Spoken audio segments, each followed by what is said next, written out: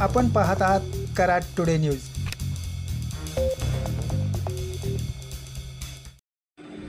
पुणे बेंगलोर महामार्गावर कराडच्या कोल्हापूर नाक्यावर उड्डाणपुलाच्या अंतिम टप्प्यातील गाळ्यात सेगमेंट बसवण्याचे काम सुरू आहे। आपण पाहू शकता बुधवारी शेवटच्या टप्प्यातील गाळ्यात सेगमेंट बसवण्याचे काम सुरू आहे। मात्र उड्डाणपुलाच्या भरावाचे काम अद्याप सुरू नाही। या ठिकाणी आपण पाहू शकता ही भरावाची निम्मी भिंत उभारली आहे। मात्र उर्वरित निम्मी भिंत उभारण्यासाठी अतिक्रमणे काढणे गरजेचे आहे। 2 आठवड्यापूर्वी काही अतिक्रमणे निघाली, मात्र यानंतर संबंधित महामार्ग प्राधिकरण या ठिकाणी फिरकलेही नाही।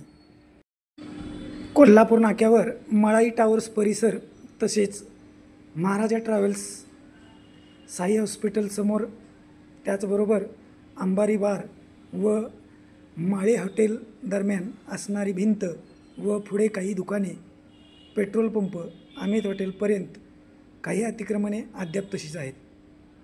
आज महाराजा ट्रॅव्हल्सचे ऑफिस काढण्याचे काम संबंधितांनी सुरू केले आहे।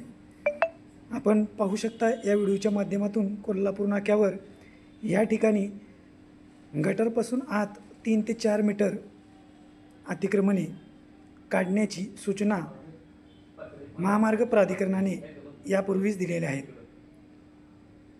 त्यामुळे ही संपूर्ण अतिक्रमणे काढल्याशिवाय रुंद रस्ता करता येणार नाही।